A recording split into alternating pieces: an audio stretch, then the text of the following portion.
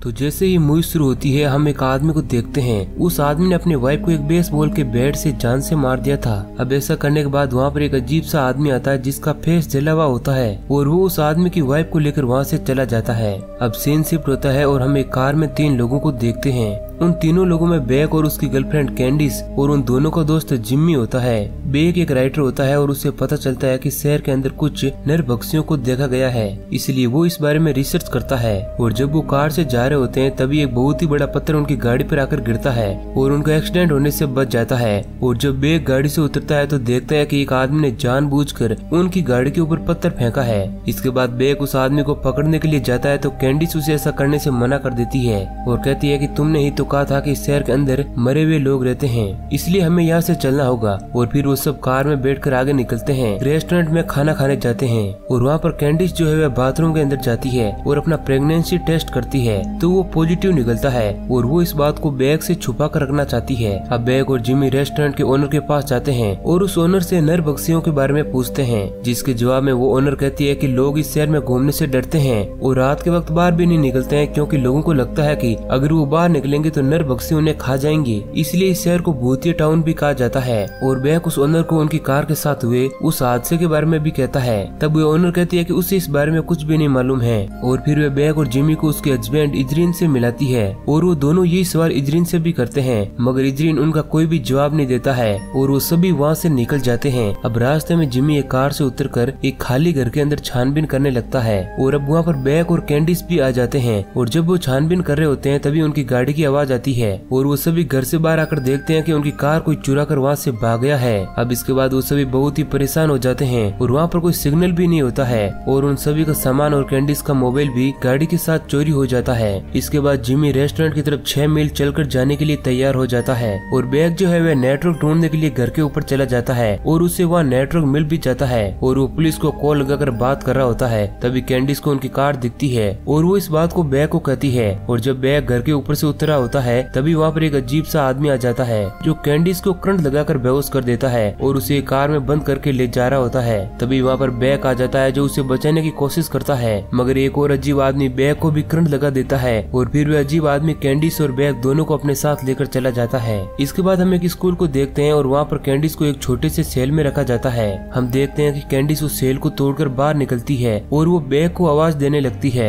इधर हम बैग को देखते हैं जिसे बांध कर रखा गया है और वो कैंडिस की आवाज सुनकर उठ जाता है। तभी स्पीकर पर एक आवाज आती है और वो स्पीकर वाला आदमी बैग और कैंडिस का स्वागत करता है और कहता है कि मैं ही तुम्हारा प्रिंसिपल हूँ और तुम लोग मेरे स्टूडेंट हो। कैंडिस पूछती है कि तुम ऐसा क्यों कर रहे हो। तब वह प्रिंसिपल कहता है कि अगर इंसान को भूख लगे तो वो खाने पीने के लिए कुछ भी कर सकता है। और ये सुनते ही कैंडिस उस कमरे के कैमरे को तोड़ देती है। हम देख पाते हैं कि उस स्कूल में हर जगह पर कैमरा लगा हुआ होता है जिससे वो आदमी उन लोगों पर नजर रख रहा होता है। और इधर हम बैग को देखते हैं जो खुद को छुड़ा लेता है और वो कैंडिस को आवाज दे रहा होता है। तभी बैग को वहाँ पर एक लड़की दिखती है जिसका नाम नोरा होता है। नोरा उसे चिल्लाने से मना करती है क्योंकि प्रिंसिपल को जो है शोर बिल्कुल भी पसंद नहीं है। तभी वहाँ पर एक अजीब तरह का आदमी उस लड़की को पकड़ने के लिए आता है लेकिन वह लड़की एक जगह पर छिप जाती है। अब इसके बाद वह आदमी बैग को पीने के लिए पानी देता है। तभी प्रिंसिपल की आवाज आती है और वो कहता है कि इस आदमी का नाम रयान है और वो इस स्कूल का सिक्योरिटी गार्ड है और वो बैग को रेडी रहने के लिए कहता है क्योंकि वो उसे एक चैलेंज देने वाला है जिससे वो खाना हासिल कर सकेगा। और रयान जो है वह खाना रेडी कर रहा होता है। बैग उसी आदमी के पास जाता है जिस आदमी ने खुद की वाइफ की जान ली थी।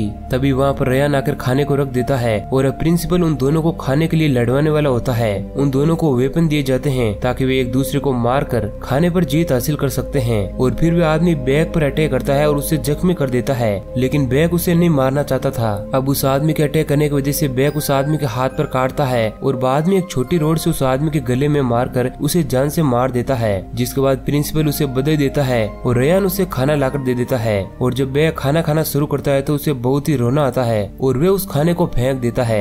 इसके बाद कैंडिस देखती है कि प्रिंसिपल के पास बस एक मॉनिटर है जिससे वो सभी लोगों पर नजर रख रहा होता है और उसे वहाँ पर एक कॉकरोच भी दिखता है और उसे बहुत ही भूख लगी हुई होती है जिस कारण वे उस कॉकरोच को भी खा जाती है। तभी वहाँ पर नोरा आती है और वो कैंडिस को पानी पीने के लिए देती है। कैंडिस मॉनिटर वाली बात नोरा को बताती है और वो उसे इस बात को बैग को बताने के लिए कहती है। तभी वहाँ पर रयान आ जाता है और वो नोरा को पकड़कर एक सेल के अंदर अंदर बंद कर देता है। इधर नोरा मॉनिटर वाली बात बैग को बता देती है। इधर रेयान एक आदमी को नोरा की सेल के अंदर लेकर आता है और वो आदमी नोरा को मारकर उसका मांस खाने लगता है। और जब बैग उसे छोड़ने के लिए कहता है तो वो आदमी बैग की ओर बढ़ता है और इधर प्रिंसिपल भी बैग का दरवाजा खोल देता है, लेकिन बैग दरवाजे को फिर से बंद कर देता है और वो आदमी बैग को पकड़ने की कोशिश करता है। बैग वहीं पर दूसरे दरवाजे को तोड़ने की कोशिश करता है और दूसरी ओर रेयान एक बेहोश लड़की को उठाकर कैंडिस के पास ले जाता है और उसे शॉक देकर उठाता है और फिर प्रिंसिपल खाने के लिए उन दोनों को आपस में लड़ाता है और एक कैंची भी वहाँ पर फेंक देता है। और दूसरी लड़की जो होती है वह बहुत ही ज्यादा पागल होती है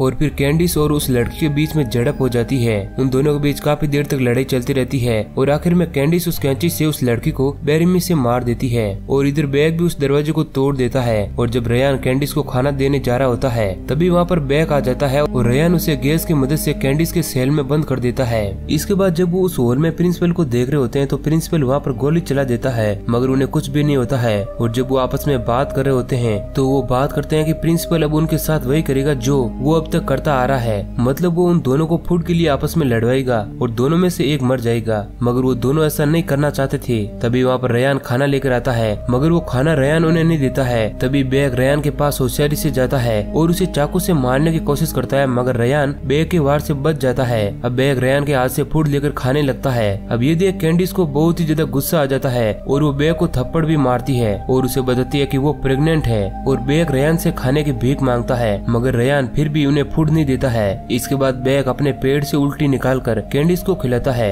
ताकि कैंडिस अपना पेट भर सके और इसके बाद में उस मरी हुई लड़की के सर से कैंची निकालकर एक दरवाजे के पीछे चला जाता है ताकि वो वहाँ से दीवार को तोड़कर भाग सके। अब अगले दिन प्रिंसिपल एक रेस्टोरेंट में जाता है और हमें पता चलता है कि प्रिंसिपल और कोई नहीं बल्कि इद्रीन है। तभी वहाँ पर एक डिटेक्टिव आती है और वो बैग के बारे में पूछती है क्योंकि उसे एक कॉल आया था और बैग की कार भी चोरी हो चुकी थी। तभी प्रिंसिपल कहता है कि मैंने उन लोगों को देखा है, अगर आप चाहो तो मैं आपको उस जगह पर लेकर चल सकता हूँ। इधर हम रेयान को देखते हैं जो कैंडिस को बहुत देर से देख रहा होता है और बैग को पता चलता है कि रेयान कैंडिस को पसंद करने लगा है और अब कैंडिस रेयान से खाना मांगने लगती है। तभी हम देखते हैं कि प्रिंसिपल उसे डिटेक्टिव को लेकर उसी स्कूल के पास आता है और जब वह उसे स्कूल के अंदर लेकर आता है तो उसे एक रोड से मारकर उसे भी जख्मी कर देता है और उसे भी एक सेल के अंदर बंद कर देता है। और तभी हम एक और आदमी को देखते हैं जिसका नाम नॉर्मन होता है और वह भी बहुत ही दिनों से भूखा होता है और उसे भी एक मौका दिया जाता है ताकि वह खाना हासिल कर सके। वहीं दूसरी ओर जब बैग कैंची से दीवार खोद रहा होता है तभी वहाँ पर प्रिंसिपल आ जाता है जिसके बाद बैग वहाँ से निकल जाता है और प्रिंसिपल उन्हें पीने के लिए पानी देकर वहाँ से चला जाता है। इधर नॉर्मन के सामने वह डिटेक्टिव आ जाती है और वह समझ नहीं पाती है कि यहाँ पर चल क्या रहा है। उन दोनों के बीच लड़ाई होती है और नॉर्मन जो है उस डिटेक्टिव को जान से मार देता है और खाना हासिल कर लेता है। इधर बैग दीवार को खोदते खोदते दीवार की तह तक पहुँच जाता है और उसे बाहर जाने का रास्ता भी दिख जाता है। तभी वहाँ पर रेयान आ जाता है और वह बैग को बेहोश कर देता है और उसे दूसरे सेल के अंदर बंद कर देता है जहाँ पर जिम्मी भी बंद होता है। वे दोनों एक दूसरे को देखकर बहुत ही खुश होते हैं और इसी के साथ वे दुखी भी होते हैं क्योंकि जिम्मी बहुत ही दिनों से भूखा होता है। तभी वहाँ पर रेयान खाना लेकर आता है ताकि उन दोनों के बीच भी लड़ाई करवा सके। अब रेयान जिम्मी को एक गन देता है और बैग उसे गन चलाने से मना करता है लेकिन जिम्मी बैग को मारने के बजाय खुद को ही गोली से मार लेता है क्योंकि जिम्मी बैग को अपना भाई समझता था। तभी एक दरवाजा खुलता है और वहाँ पर चैम्बर में बहुत सारे लोग होते हैं और वो सभी बैग को मारने के लिए आते हैं लेकिन बैग सभी को मार देता है। ये देख प्रिंसिपल को बहुत ही ज्यादा गुस्सा आता है क्योंकि हर बार किसी न किसी तरह बैग जीत रहा होता है। जिसके बाद वो कैंडिस के पास जाता है ताकि वे उसे टॉर्चर कर सकें लेकिन कैंडिस प्रिंसिपल पर अटैक कर देती है और उसे जख्मी भी कर देती है और फिर वे वहाँ से बैग के पास जाने के लिए भागती है लेकिन तभी उसकी आवाज रेयान सुन लेता है लेकिन इधर बैग रेयान को पकड़ लेता है जिस कारण रेयान के कपड़े फट जाते हैं और हमें पता चलता है कि रेयान एक लड़की है। जिसके बाद रेयान कैंडिस को मारकर उसे बैग के साथ बंद कर देती है। तभी वहाँ पर प्रिंसिपल आ जाता है जिसके बाद कैंडिस पूछती है कि तुम ऐसा क्यों कर रहे हो। तब प्रिंसिपल बताता है कि वो और उसकी वाइफ और उसकी बेटी एक जगह पर रहा करते थे लेकिन गवर्नमेंट ने उस जगह को एक डिजास्टर एरिया बोलकर उन लोगों को उस जगह से हटने के लिए कहा और जब वो लोग एक कार के अंदर थे तो उनकी कार एक सिंक के अंदर गिर गई जिस वजह से वो सभी लोग बहुत दिनों तक उस सिंक के अंदर ही फंसे हुए थे और वो भी बिना खाना खाए जिस कारण उन लोगों को अपने ही बेटे को मारकर खाना पड़ा ताकि वे जिंदा रह सकें। और मीथेन गैस लीक होने की वजह से रेयान की स्किन ऐसे हो गई और इस घटना के बाद वो लोग इस शहर में आने वाले सभी लोगों को पकड़कर उनके साथ भी वैसा ही करते हैं जैसा उनके साथ बीता था। अब रेयान जो है प्रिंसिपल की वाइफ होती है और हमें पता चलता है कि रेयान एक लेडी है। अब इसके बाद वो एक गन और गोली बैग और कैंडिस को देते हैं ताकि वे दोनों एक दूसरे को मार सकें और खाना हासिल कर सकें। अब इसके बाद रात का खाना पाने के लिए कैंडिस बैग को गोली मार देती है और इसके बाद रेयान कैंडिस के पास जाती है। तभी बैग बैक वहाँ से उठता है और रेयान को बहुत ही जोर का करंट देकर उसे जान से मार देता है और वो दोनों वहाँ से भाग जाते हैं। लेकिन प्रिंसिपल उन्हें देख लेता है। वो दोनों अलग होकर रास्ता ढूंढने लगते हैं और कैंडिस जो है रास्ता ढूंढकर स्कूल से बाहर आ जाती है। लेकिन तभी प्रिंसिपल कैंडिस को गाड़ी से टक्कर मार देता है और जब प्रिंसिपल कैंडिस को गोली से मारने ही वाला होता है तभी वहाँ पर बैक आकर प्रिंसिपल को ही खत्म कर देता है और अब इस तरह प्रिंसिपल भी मारा जाता है। इसके बाद बैक और कैंडिस जो है उस कार को लेकर वहाँ से चले जाते हैं। बैक कैंडिस को एक रिंग देकर उसे शादी के लिए प्रपोज करता है। तभी वहाँ स्कूल की तरफ पुलिस भी आ जाती है और वहाँ पर फंसे हुए सभी लोगों को बाहर निकालती है। और लास्ट के सीन में हम देखते हैं कि दो पुलिस वाले उस रेस्टोरेंट के ओनर के पास पूछताछ के लिए जाते हैं। तभी एक आदमी एक पुलिस ऑफिसर को जान से मार देता है और तभी वहाँ पर रेयान भी आ जाती है, मतलब कि वो अभी तक नहीं मरी है और वे उस दूसरे पुलिस ऑफिसर को पकड़कर बांध देती है। और हम देख पाते हैं कि रेस्टोरेंट के ओनर और एक आदमी ये सब साथ में मिले हुए होते हैं और इसी सीन के साथ ये मूवी एंड हो जाती है। तो दोस्तों अगर ये कहानी आपको पसंद आई है तो वीडियो को लाइक जरूर करें। ऐसे ही और इंटरेस्टिंग वीडियो पाने के लिए हमारे चैनल को सब्सक्राइब करें। धन्यवाद।